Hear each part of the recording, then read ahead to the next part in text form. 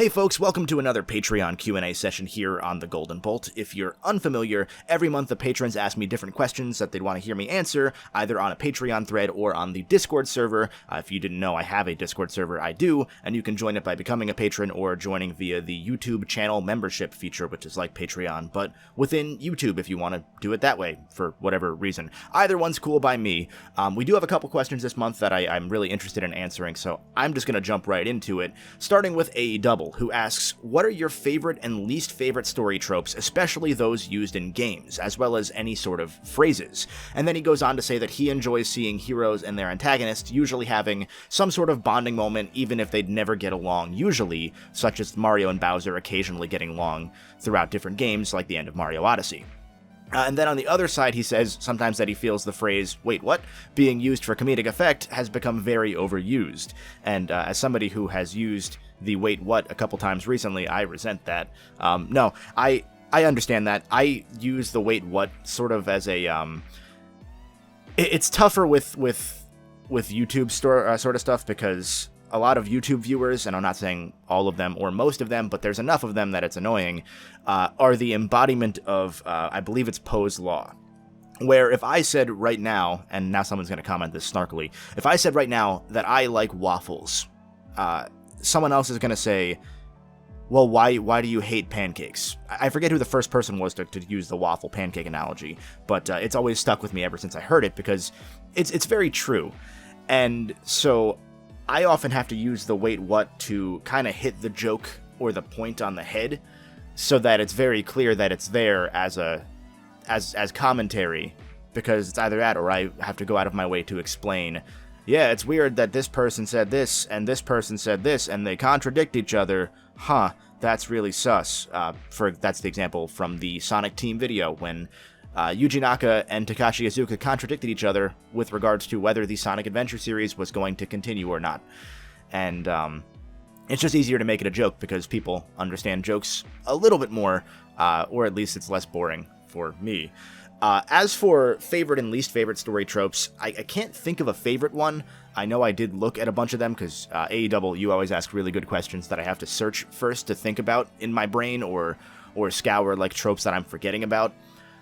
For me, I think one of the ones that obviously there's the, suddenly there's a different final boss sort of thing. That one always bothers me. I used to like the hero is actually the villain of the story sort of stuff, but that's kind of, it hasn't been overdone recently, but it's really hard to be able to do right nowadays as games kind of enter more of a shades of gray territory, which is honestly for the better.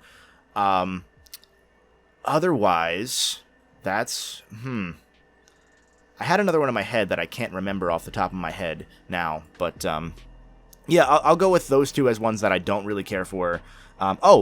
Chosen Ones.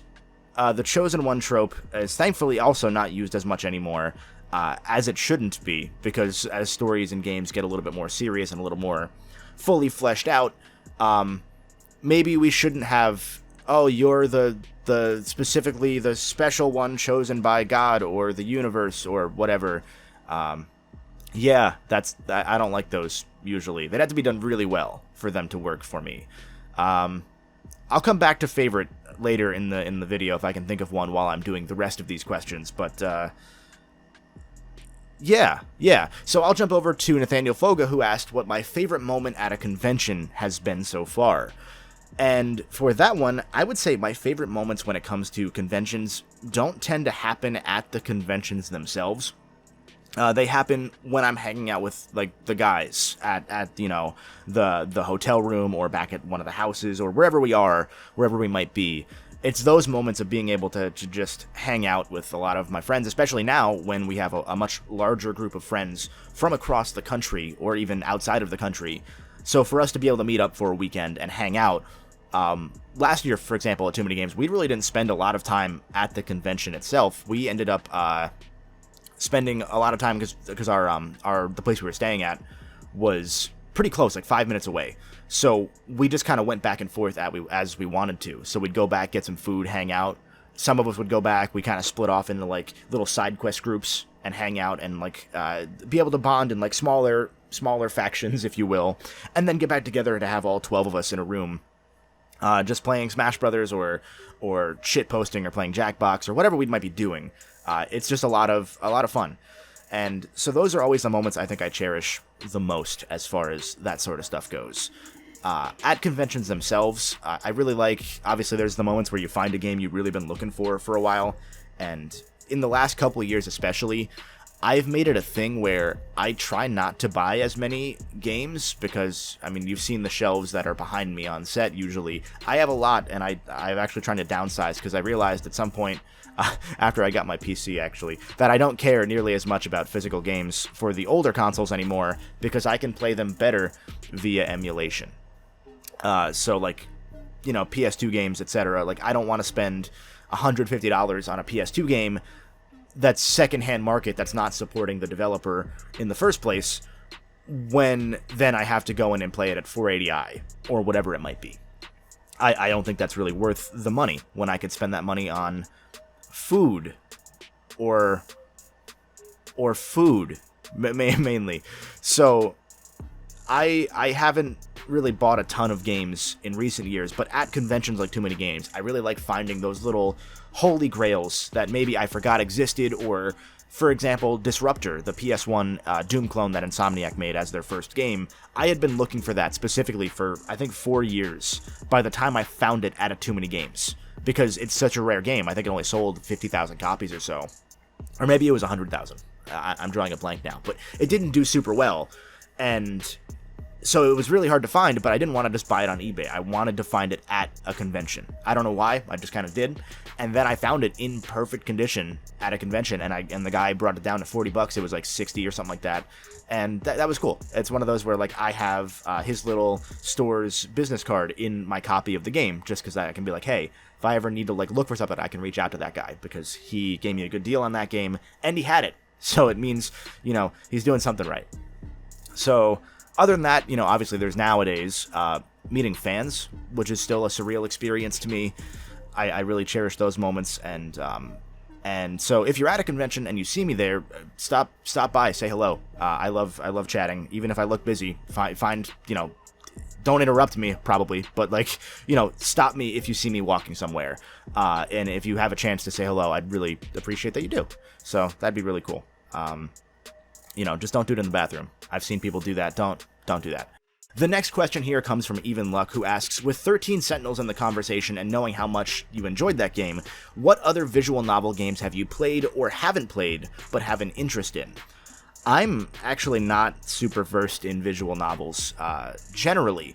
I've played a couple of them recently, actually. I started the Great Ace Attorney games because I saw it was on a pretty good sale, so I picked it up. I got most of the way through the first game, and I'm amazed at how goddamn slow that game is. I like it, but it's slow, and it doesn't really feel like it's gone anywhere yet. So I'm sure the second game's better, but I don't want to play a 30-hour visual novel as a setup for a second game. I could just play the second game. So that's one I played recently. There's a really cool one that nobody who watches this is going to be able to play, probably, called Bloom.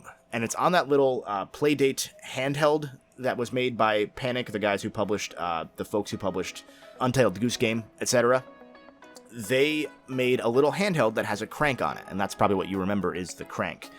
And there are a bunch of games that they're releasing every week, and there's a couple visual novels in there, actually, that are kind of okay. Not really what I want to play this handheld for. I don't know why there's so many visual novels built into the season, but hey, it is what it is. But this game is actually a separate game that they're selling, that made by a couple developers. They're selling it on itch, and it's never coming out anywhere else, supposedly. It's exclusive to the Playdate. And all it is it's a little plant/flower growing simulator where, like, on the roof of this apartment that you live in, you grow flowers and you sell them, and then you just grow more flowers, and as you progress through the story, paying the character's rent, you have a little visual novel aspect where she is talking to her partner or her parents or some of her friends or business partners, potentially, via text message. And it's just sort of a little, you know, scrolling through, watching the conversation happen, making some choices that, you know, obviously are just small narrative, like flavor text differences here and there. But it was a very cozy game, and I really enjoyed that, and that finally actually got me to start the Valhalla, the cyberpunk bartender simulator.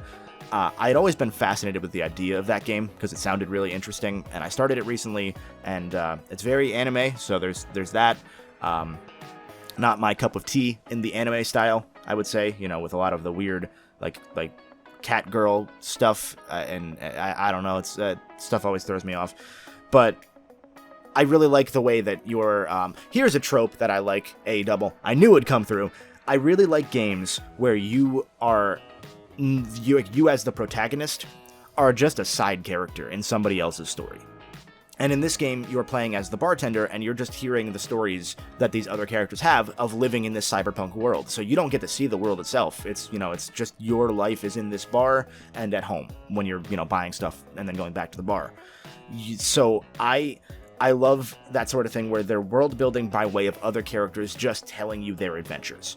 There's another game that did that, which is not a visual novel, called Weapon Shop Deomase on the 3DS. You're just making weapons for the people that would do RPG dungeon crawling. And that's really cool to me, because you get to see them progress through the dungeon with your weapons and see what you can improve, what you need to improve. I love stuff like that. As for other visual novel sort of games, Hatoful Boyfriend is probably one of my favorites. That game is so fucking stupid. I love it. That's the bird one, for those that don't know. The bird dating simulator.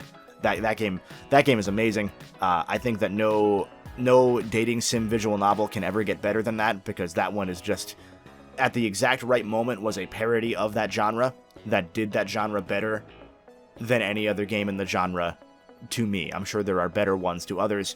I don't care. Finally, we have a question from Mr. Chris Mykonos fan, who also gives me a really good thumbnail for this video, so thank you for that, Chris. Norman Reedus let Death Stranding 2 slip. What do you hope is added to the sequel, and what do you hope is improved? And then he adds a hard mode, don't answer with better textures on Troy Baker's tongue. Well, that was going to be my answer anyway. I don't know what I'm looking most forward to with a Death Stranding 2.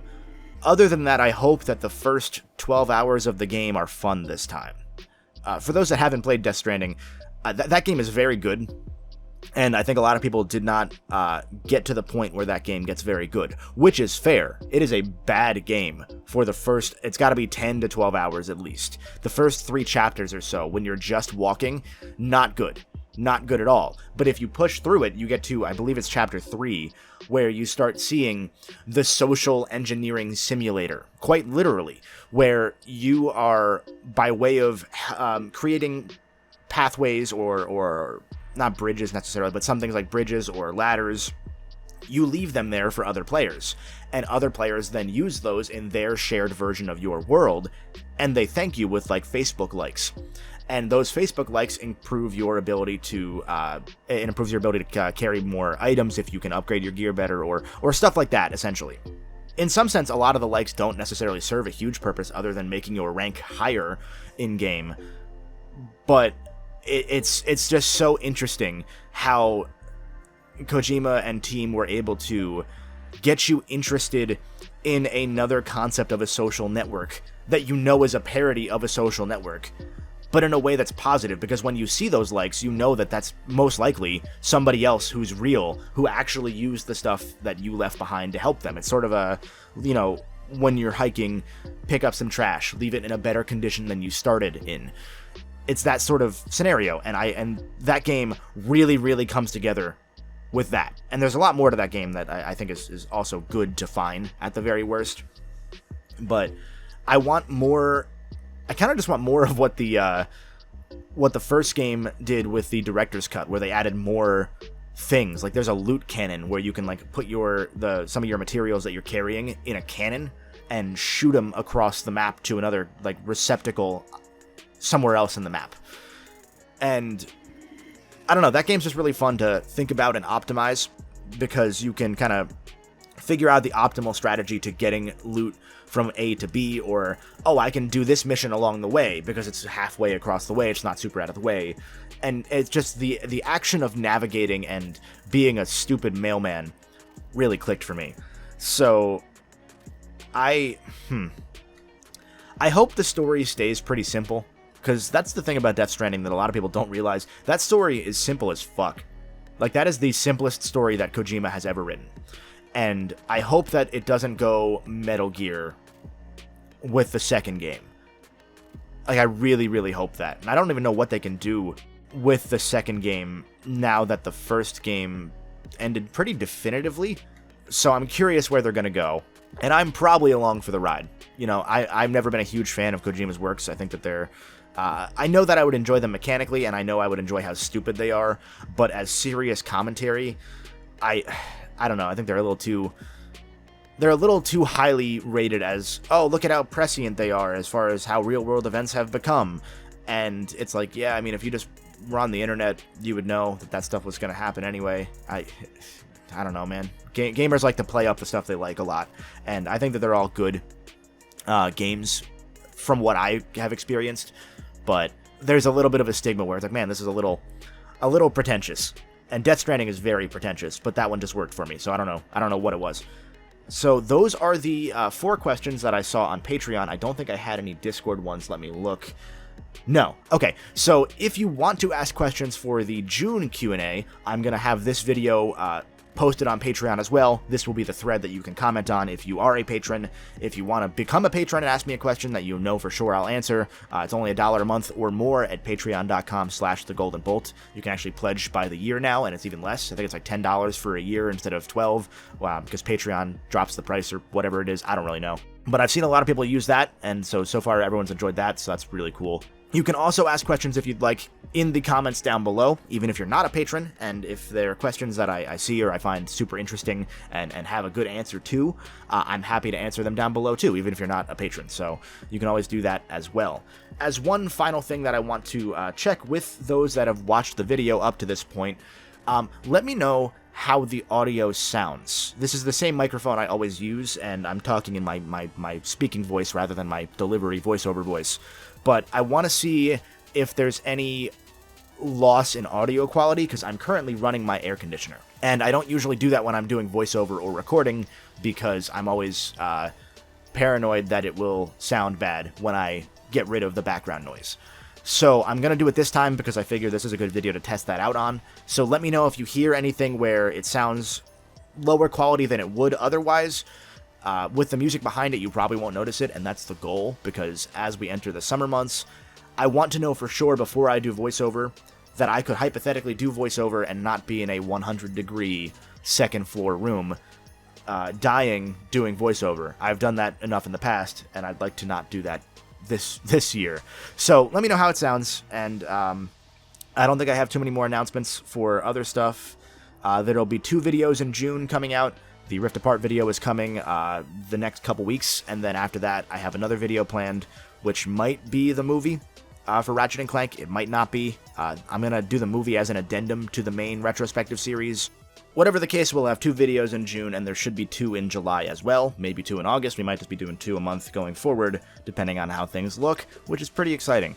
So, you know what to do if you're new to this channel. If I plug this over on the main channel and you're coming from that channel, subscribe to this one too. I upload my stream archives here when I stream, and I do Q&A videos and miscellaneous stuff here.